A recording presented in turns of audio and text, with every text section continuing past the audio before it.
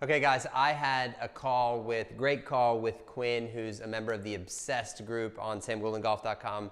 I'm not going to go into details of what that Obsessed group is, but you can check that out on the website if you want more information. He had a question today, and I feel like I've answered this question so many times. This video has to be done. This video is about stopping the over-the-top move forever.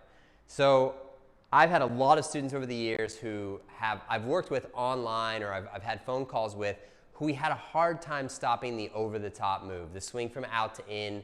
That creates a ton of different problems. But every person I've worked with in person, we've completely stopped it. And the way we did it in person was, I think there's multiple reasons why we were able to do it in person easier, but there's no reason why you can't do it on your own. So I'm going to give you a drill that's going to stop the over-the-top move forever. If you do this drill and you do it exactly as I say to do it, you will break the over-the-top cast molded swing that you've got in your brain. You will break it forever. But you've got to do this drill correctly. So first I want to talk about what was happening with Quinn. He was getting over the top, and he was getting too steep, and his club was coming from the outside. So when he'd make good contact, he'd tend to hit a pull or a fade or a slice. But often, because he was coming from the outside, his club was coming down from outside the ball and working its way in, or from out to in. And as it worked its way from out to in, it was making his contact point on the club more likely on the toe. So the club was getting closer and closer to him as it came through the hitting area, and in that way further from the ball, so the ball was actually making contact on the toe. And this is a problem he's had for a while. And so I gave him this drill to stop it forever. There are 3 parts to this drill, so you're going to want to hear this whole video, and I'm sorry that it's long, but I'm guaranteeing you to stop the over-the-top problem forever, so it's worth it. So the first part of the drill I gave him was to completely stop coming from the outside for the rest of his life, and stop coming over the top, stop coming from the outside, stop hitting it off the toe for the rest of his life. And the way he's going to do that, part 1, is I have this shaft down on the ground. I told him to visualize first base on a baseball diamond, or visualize a line going 45 degrees to the right of target. A shaft is a great way to give you that visual.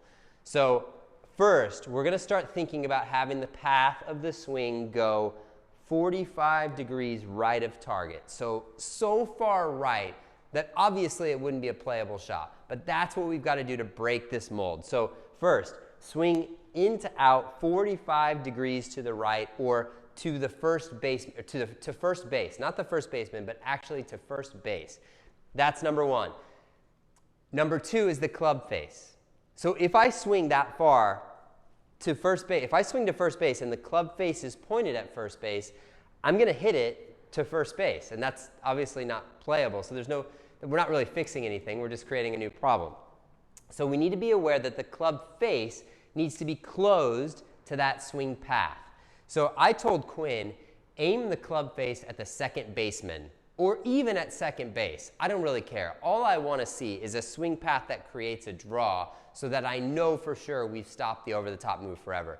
But to get a playable shot, you've got to have the club face pointed left of that swing path. So I suggest aim the club face at about the second baseman, and then you're going to swing at the first baseman, or at first base.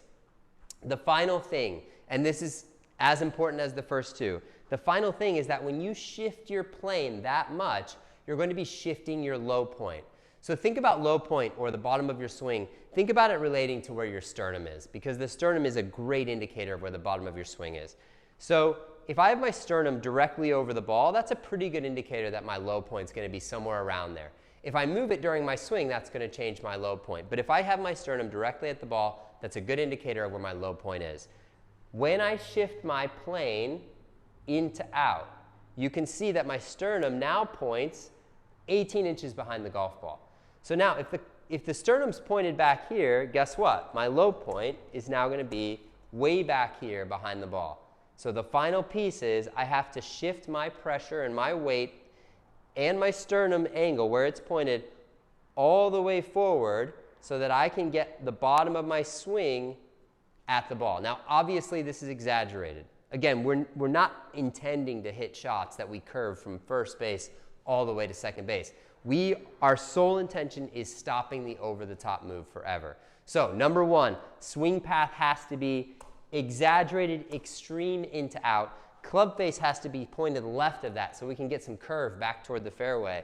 And then finally, to get the low point where we want it, we've got to shift our weight forward as much as we possibly can until we can see that divot happening at the ball.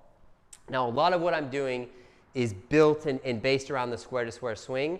If you're not familiar with that yet, if you're seeing this video on YouTube or somewhere this isn't coming directly to you from the square-to-square swing group, check out more about the square-to-square swing because I think that will be a little bit enlightening for you and it'll help you see how that square-to-square swing helps produce more draw shots or more from the inside into out swing paths. But back to the drill. Into out, face pointed at the second baseman, and then shift our weight so that we can move our low point up to the ball and in front of the ball. Because as you know, if you're a square-to-square swing follower, you know that the low point needs to be on the target side of the ball. So for the drill, what you're gonna do, and you can hit 100 balls like this, you can hit 1,000 balls like this. This is the best drill for you if you're coming over the top or you're fighting a slice or you're fighting a fade.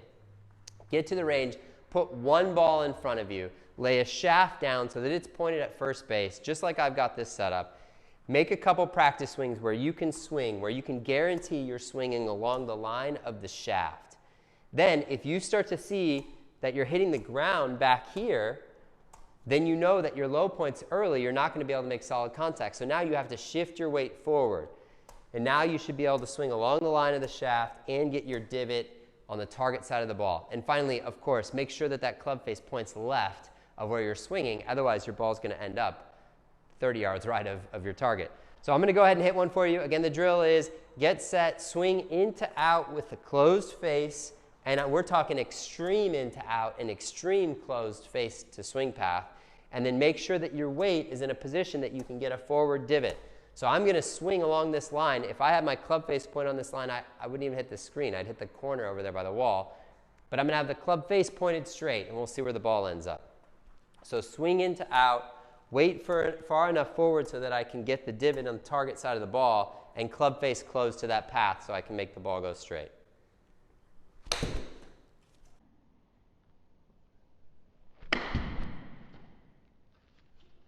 Okay, so that shot was struck really solidly. My path was extreme into out, and the ball hit on the screen about a little bit over maybe a foot or a foot and a half right of center. So swing path was at the corner, but because the club face was pointed relatively straight or a little bit right of center, maybe at the second baseman, that's where the ball started. And I can guarantee you with that swing path and with that club face, I created some right to left or counterclockwise spin, which is going to create a draw. So I told you this was going to be a little bit long, but this is the drill to stop the over-the-top move forever. If you can do this drill and work on this drill with just that little swing I made right there, there's no need to make a full swing until you can guarantee those shots. And what you should be seeing from this is a very low, very solid, kind of a bullet draw. So it won't go very high in the air. And I suggest using like a 9 or an 8 iron. This is 9 iron.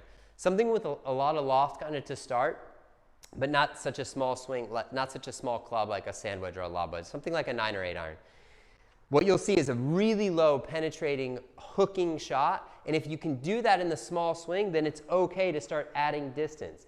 But as soon as you start losing control and start hitting fades again, or you stop seeing that draw, then you've got to drop back down to the smaller swing. Because we need to perfect this move through impact before we can build up and make a bigger swing. So I hope that's helpful for you. I know there's so many people out there who struggle with hitting fades and coming over the top. And I've helped thousands to stop doing that. This video, this drill, can stop you from coming over the top forever if you just take the time, go to the range today or tomorrow and do this drill. I guarantee you'll stop hitting slices and you'll stop hitting it off the toe. If you have any questions, feel free to comment. If you like the video, like it. And if you know somebody who comes over the top and you don't want to spend all the time sharing this information with them, you can definitely share this link with them. And I know it's going to help. So thanks for watching, and as always, happy golfing.